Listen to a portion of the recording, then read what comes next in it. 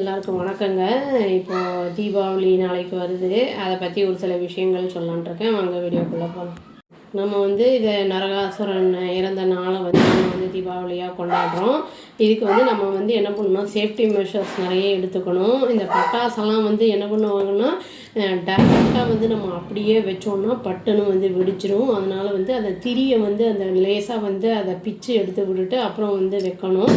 அப்புறம் இந்த குழந்தைங்களெல்லாம் வைக்க விடும்போது என்ன பண்ணணும், கூட யாராவது பெரியவங்க இருக்கணும். அப்போ தான் கொஞ்சம் அவங்களுக்கு தெரியாது அது இப்போ நெருப்பு பற்றிடுச்சா இல்லையா அப்படிங்கிறது. அதுவும் இல்லாமல் நம்ம செருப்பை போட்டுக்கிட்டு நம்ம வெடிக்கிறது நல்லது.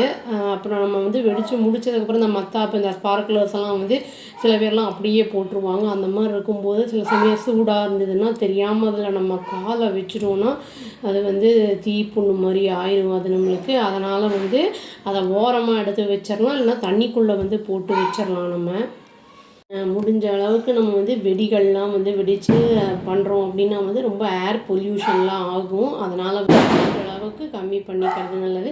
அதை இப்போ போலீஸ் அந்த கவர்மெண்ட் சொல்கிற டைமிங்ஸ் வெடித்து அதோட நம்ம நிறுத்திக்கணும்.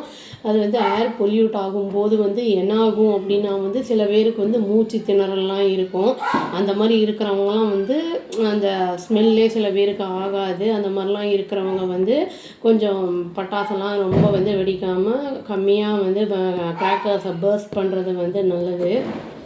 நம்ம கிராக்கர்ஸ்லாம் பர்ஸ்ட் பண்ணி முடித்ததுக்கப்புறம் என்ன பண்ணோம்னா, ஹேண்டெல்லாம் நல்லா வாஷ் பண்ணிடணும். ஏன்னா அதில் நிறைய கெமிக்கல்ஸ்லாம் இருக்கும். அப்படியே நம்ம சப்போஸ் சாப்பிட்றோம் அந்த மாதிரிலாம் பண்ணும்போது அந்த கெமிக்கல்ஸ்லாம் உள்ளே போய் நம்மளுக்கு ஸ்டமக்கை அப்செட் பண்ணுறதுக்கான வாய்ப்புகள்லாம் நிறைய இருக்குது.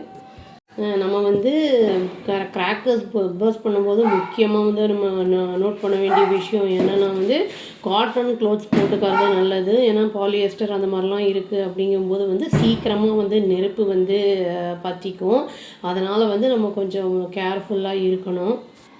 இது நம்ம கிராக்கர்ஸ்லாம் பர்ஸ்ட் பண்ணும்போது சில நம்ம பசங்கள்லாம் நம்ம வைக்கிறாங்க அப்படின்னா பக்கத்தில் யாராவது ஆளுங்கள்லாம் ரோட்டில் போகிறவங்க வரவங்க அதெல்லாம் இருக்காங்கன்னா அதை பார்த்துட்டு நம்ம வைக்கணும். நம்ம அந்த மாதிரி வைக்கும்போது தான் எதுவும் ஆகாமல் இருக்கும். சப்போஸ் நம்ம கவனிக்காமல் ஏதாவது வச்சுட்டோம் அப்படின்னா வர்றவங்களுக்கு பாதிப்பை ஏற்படுத்தும்.